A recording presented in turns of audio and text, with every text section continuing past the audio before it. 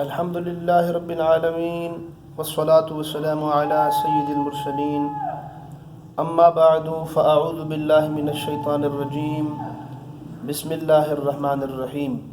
الصلاة والسلام عليك يا رسول الله الصلاة والسلام عليك يا حبيب الله الصلاة والسلام عليك يا نبي الله وعلى آلك وأصحابك يا رحمة للعالمين۔ اگر درود پڑھو مومنو کرینے سے، حضور خود ہی چلے آئیں گے مدینے سے۔ اللہ تبارک و تعالی ہمیں خوب درود و سلام پڑھتے رہنا نصیب فرمائے۔ میرے پیارے اور محترم بھائیوں، بہنوں، بچوں، بزرگوں، آج میں آپ کو ایک حدیث پاک سناتا ہوں جو کہ شعب الایمان باب التوکل والتسلیم کے اندر حدیث نمبر 1346 ہے، جلد نمبر 2 اور صفحہ نمبر ہے 118۔ حدیث کا متن اردو میں کچھ اس طرح ہے۔ جناب حضرت ابو ہریرہ رضی اللہ تعالی عنہ اس حدیث پاک کے راوی ہیں۔ آپ فرماتے ہیں کہ نبی کریم علیہ الصلاۃ والسلام حضرت بلال رضی اللہ تعالی عنہ کے پاس تشریف لائے۔ اس وقت حضرت بلال رضی اللہ تعالی عنہ کے پاس کھجوروں کا تھوڑا سا ایک ڈھیری کہہ لیں، اتنا کہہ لیں، اس سے زیادہ تھوڑا کہہ لیں یا کچھ کم کہہ لیں، موجود تھا۔ تو نبی کریم علیہ الصلاۃ والسلام نے فرمایا، اے بلال یہ کیا ہے؟ تو آپ نے عرض کی کہ یہ کھجوروں کا ایک ڈھیر ہے جو میں نے کل کے لیے جمع کر کے رکھا ہوا ہے۔ تو نبی کریم علیہ الصلاۃ والسلام نے ارشاد فرمایا، کیا تمہیں اس بات سے خوف نہیں کہ تم کل اس کے سبب، یعنی یہ جو ڈھیر تم جمع کر کے بیٹھے ہو، اس کے سبب دوزخ کی آگ میں بخار قیامت کے دن تم دیکھو؟ تو اے بلال خرچ کرو اور عرش والے سے کمی کا خوف نہ کرو، عرش والے رب سے کمی کا خوف نہ کرو۔ تو میرے محترم اور پیارے اسلامی بھائیوں، آپ نے سماعت کیا کہ جمع کرنا جو ہے نا مال، وہ اپنی جگہ ہے، اگر جائز طریقوں سے آپ کر رہے ہیں تو ہم اس سے منع نہیں کر رہے، لیکن دیکھیے نبی رحمت صلی اللہ تعالی علیہ وسلم اپنے پیارے صحابی جناب حضرت بلال رضی اللہ تعالی عنہ سے کتنا پیارا جو ہے انداز تبلیغ کے سلسلے میں خرچ کا جو ہے ان کو ذہن دے رہے ہیں کہ آپ یہ کھجوریں جو لے کے بیٹھے ہوئے ہیں، یہ بھی جو ہے آپ اپنے لیے کل تک کے لیے بھی جمع نہ کریں۔ حکیم الامت مفتی احمد یار خان نعیمی رحمۃ اللہ تعالی علیہ اس حدیث کی شرح بھی کرتے ہیں۔ آپ فرماتے ہیں کہ حضرت بلال رضی اللہ تعالیٰ عنہ جب یہ کھجوروں کا ڈھیر لے کے بیٹھے تھے، اس دور میں جناب بلال رضی اللہ تعالیٰ عنہ شادی شدہ نہیں تھے، ایک تو بال بچوں والے نہیں تھے، تو آپ کے ذمہ کسی کا کوئی جو ہے خرچ نہیں تھا، فرد واحد تھے، لیکن کھجوریں جمع تھیں۔ تو حضور نے فرمایا تم اللہ پر بھروسہ کرو، اللہ کریم تمہیں کل رزق عطا فرما دے گا، تو آپ جو ہے ان کو اللہ کی راہ میں خرچ کر دو، ورنہ یہ جو جمع کرنا ہے، نعوذ باللہ میں کبھی یہ سوچ بھی نہیں سکتا، یقیناً کوئی بھی مسلمان نہیں سوچے گا کہ حضرت بلال رضی اللہ تعالیٰ عنہ نے کوئی ناجائز طریقے سے ان کھجوروں کو جمع کیا ہوگا، لیکن جو لوگ ناجائز طریقوں سے اپنے لیے مال جمع کرتے ہیں اور صدیوں برسوں اپنے پاس اس کو جمع رکھتے ہیں، نسلوں تک کے لیے جمع کر لیتے ہیں، صدیوں کے لیے جمع کر لیتے ہیں،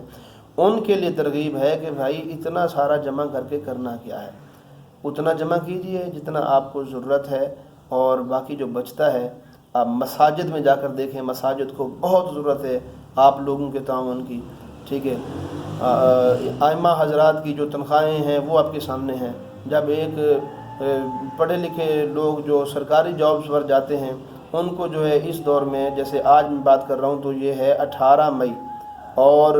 2023 میں اس وقت 30,000 سے اوپر کی تنخواہیں ہیں، یعنی کم سے کم بھی ہو تو 30,000 ہوتی ہے جو پڑھے لکھے لوگ ہیں ان کی، یا پھر اس سے اوپر ہی ہوتی ہے پھر۔ تو ہمارے ائمہ جو ہیں وہ بیچارے ابھی تک 15,000 10,000 بڑی مطلب ہو جائے تو کوئی 25,000 تک جو ہے وہ تنخواہیں دی جا رہی ہیں، جبکہ وہ کئی بچوں کی کفالت بھی کر رہے ہیں۔ تو ہمارے یہ جو وافر مقدار میں مال جمع ہم کر رہے ہیں، اس کے حقدار ہیں وہ لوگ کہ جو دین کی خدمت کر رہے ہیں، مدارس کی خدمت کر رہے ہیں۔ وہ ادارے ہمارے اس تعاون کے حقدار ہیں کہ جو ہم نے جمع کیا ہے حلال مال، وہ ان اداروں کو دیں جو دین کی، مساجد کی، اسلام کی خدمت کر رہے ہیں۔ تو آپ سے بھی درخواست ہے کہ آپ ضرور بالضرور جو مال بچ جاتا ہے اس کو کسی اچھی جگہ پہ جہاں آپ کو اعتبار ہے دین کے لیے اس مال کو خرچ کریں اور اللہ سے رحمتیں پائیں۔ تو پیارے بھائیوں، میں حضرت بلال رضی اللہ تعالیٰ عنہ کا عرض کر رہا تھا کہ ان کو اس دور میں کوئی ذمہ نہیں تھا کسی کے اخراجات کا، تو نبی کریم علیہ السلام نے ان کو فرما دیا کہ آپ اس کو خرچ کر دو۔ اور میں نے اب اس بات سے پہلے جو ہے ضمناً آپ کو ساری باتیں بتا دی ہیں کہ آپ اپنے بچوں کے لیے، گھر والوں کے لیے ضرور جمع کریں، ان کو حلال طریقے سے کھلائیں پلائیں، کچھ دے کر بھی جائیں۔ لیکن اس کے باوجود بھی الحمدللہ اللہ کے کرم سے کافی سارا مال بس اوقات لوگوں کا بچ جاتا ہے۔ تو وہ جو بچ جاتا ہے اس بچے میں سے چلو سارا نہیں خرچ کرتے، کچھ نہ کچھ تو اللہ کی راہ میں خرچ کیا کریں۔ مساجد میں سب سے پہلے میں آپ کو کہوں گا، مساجد میں آپ کے اپنے رشتہ داروں میں، بلکہ سب سے پہلے اپنے رشتہ داروں میں دیکھیے، پھر اپنے علاقے کی مسجد کو دیکھیے۔ مسجدوں والوں کو ہم نے دیکھا ہے بیچارے مدرسے والے، مساجد والے، وہ اپنی مسجد کے اخراجات دوسرے محلوں میں، دوسرے شہروں میں جا کر اکٹھے کر رہے ہوتے ہیں جی۔ تو اس کے باوجود جو ہے وہ بیچارے اپنے اخراجات کو پورا نہیں کر پاتے۔ اگر محلے کے مخیر حضرات اپنی مسجد کے اخراجات کو دیکھیں، دل کھول کے خدمت کریں، اپنے مدارس کی خدمت کریں، تو وہ زیادہ عمدہ نہیں ہو جائے گا کہ ہمارے ائمہ کو، علماء کو در در پہ نہیں جانا پڑے گا، اور دین کے جو طلباء ہیں، جو وہ خوش نصیب طلباء دین کے جن کے لیے اللہ کے فرشتے اپنے پروں کو بچھا دیتے ہیں، اور ہم ان کے لیے 100 روپیہ 1000 روپیہ نہیں بچھا سکتے۔ جمعے والے دن لوگ آتے ہیں تو اس دن بھی 10 کے نوٹ بھی بڑی مشکل سے نکال رہے ہوتے ہیں۔ 10 کا نوٹ جمعے والے دن کیوں بھائی؟ 7 دن کے بعد آپ آئے ہیں، 8ویں دن، تو آپ جو ہے کم از کم 700 روپے تو مسجد کو دیں، ٹھیک ہے؟ ڈیلی کا 100 روپے تو مسجد کو دیں کہ آپ کے محلہ کی مسجد ہے، مسجد کی برکت سے ہی آپ کے اوپر رحمتیں ہیں، مسجد کی برکت سے آپ کے گھروں پر رحمتیں ہیں۔ آپ لوگ فاتحہ پڑھواتے ہیں تو آپ کو مسجد سے بندہ ملتا ہے، آپ نے کسی میت کو غسل دلوانا ہے تو مسجد سے بندہ ملتا ہے آپ کو اکثر، اور اسی طریقے سے جنازے پڑھوانے ہیں، دعائیں کروانی ہیں، جو بھی معاملات ہیں آپ کے یہاں سے حل ہوتے ہیں۔ تو ان گھروں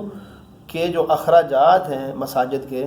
وہ کس نے اٹھانے ہیں؟ وہ بھی تو میں نے آپ نے مل جل کے یہ کام کرنے ہیں۔ تو علماء کی، مساجد کی ضرور خدمت کریں، اور ساتھ ہی ساتھ میں مشورے کے طور پہ ایک اور بھی آپ کو ادارہ عرض کرتا ہوں، وہ ہے دعوت اسلامی۔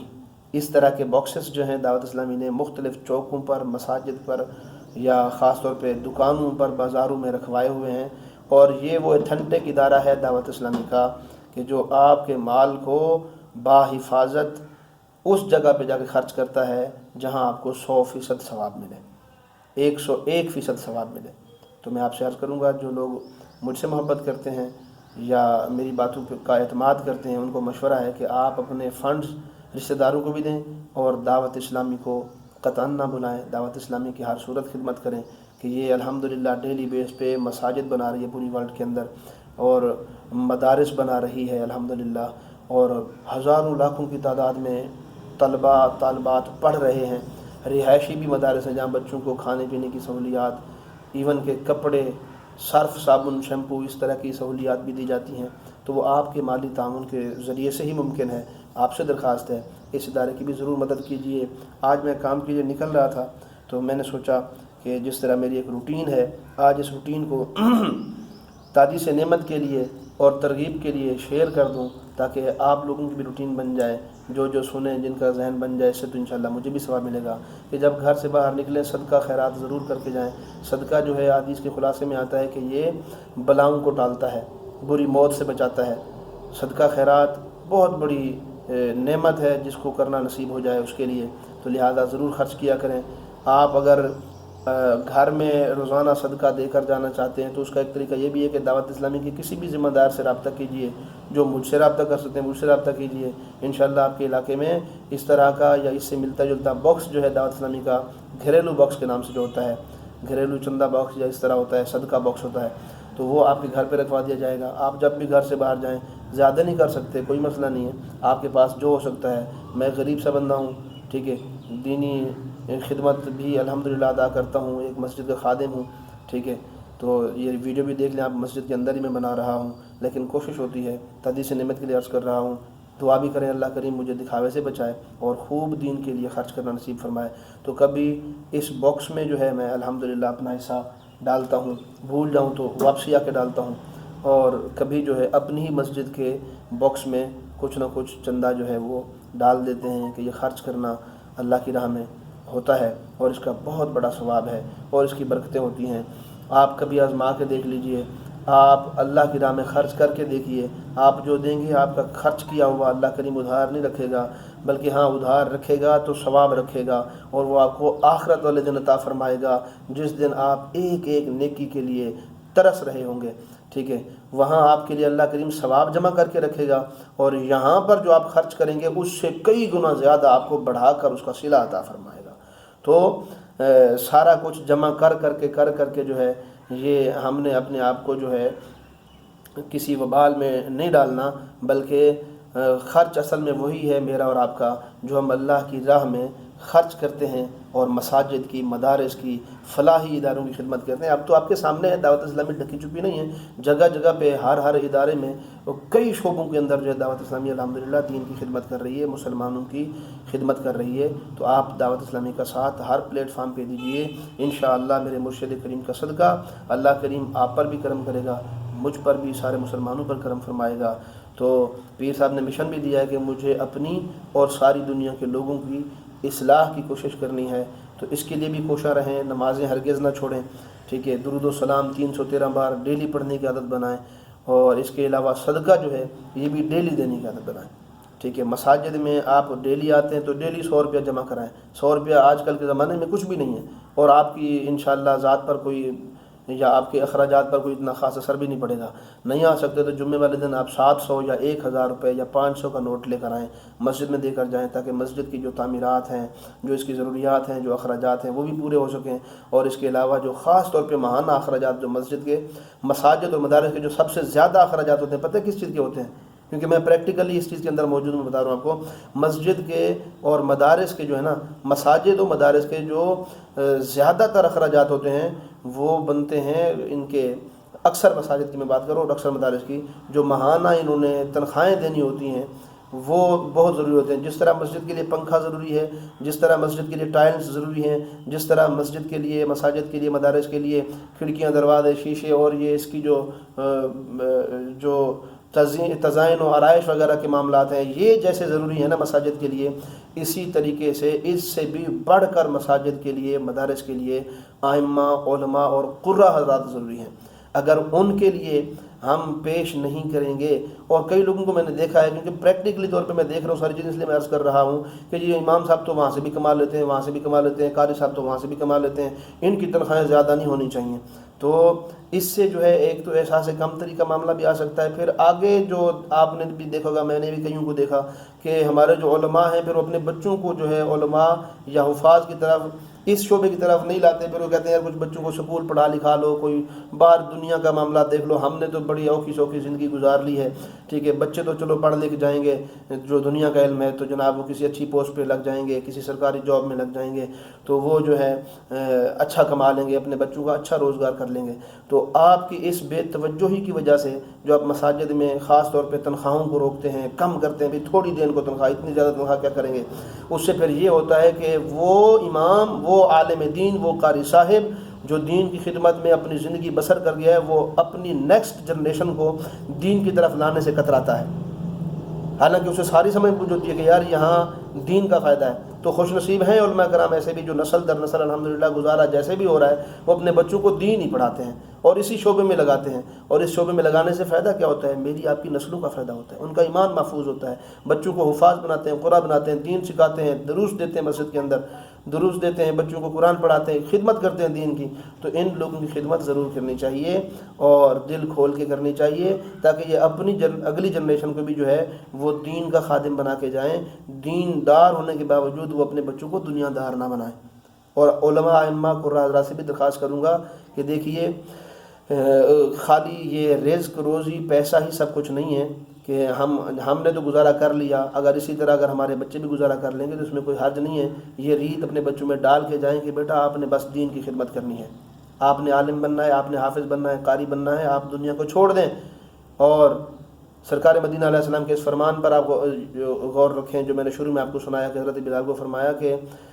دولت کو جمع نہ کریں، اور اس دن سے ڈریں کہ اس کے جمع کرنے کی وجہ سے جو ہے آپ کو قیامت والے دن بخار کا سامنا کرنا پڑے، ہیں جی، اور وہ بھی دوزخ میں، تو کتنا بڑا مشکل کام ہے، یعنی بندہ جمع کرنے میں پھنس سکتا ہے۔ تو دعا کریں، کوشش کریں حلال طریقے سے جمع کریں، اور اس جمع کیے ہوئے کو پھر خرچ بھی کریں اللہ کی راہ میں، دین پہ خرچ کریں۔ یہ سب سے بڑا اعلیٰ جو ہے وہ ذریعہ ہے خرچ کرنے کا، کہ جس کا کوئی انشاءاللہ کوئی حساب آپ سے نہیں لیا جائے گا، بلکہ آپ کو اس کا صلہ دیا جائے گا۔ آخر میں مجھے شعر یاد آ رہا ہے، اور وہ ہمیشہ یاد آتے ہوتے ہیں، تو توکل کے اوپر ایک شعر ہے، وہ میں آپ کو سناتا ہوں۔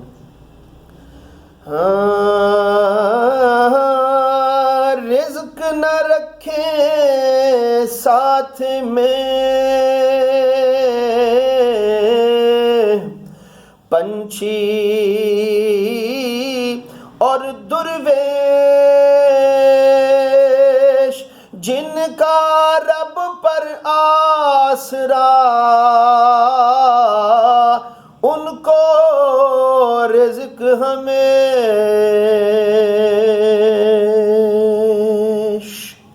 اللہ سے دعا ہے رب الانام عز و جل ہمیں وافر مقدار میں حلال رزق عطا فرمائے، اور دل کھول کر مساجد پر، مدارس پر، رشتہ داروں پر، بال بچوں پر، ماں باپ پر خرچ کرنے کی توفیق عطا فرمائے، آمین یا رب العالمین۔ والسلام۔ شیر زمان اتاری۔ ایک بات کہوں بھیا، سن رہے ہیں نا یار، سبسکرائب بھی کر دیں چینل کو، زمان خان اتاری کے نام سے چینل ہے، اس کو سبسکرائب بھی کریں، ویڈیو کو لائک کریں، شیئر کریں۔ بہت بہت شکریہ، جزاک اللہ خیرہ۔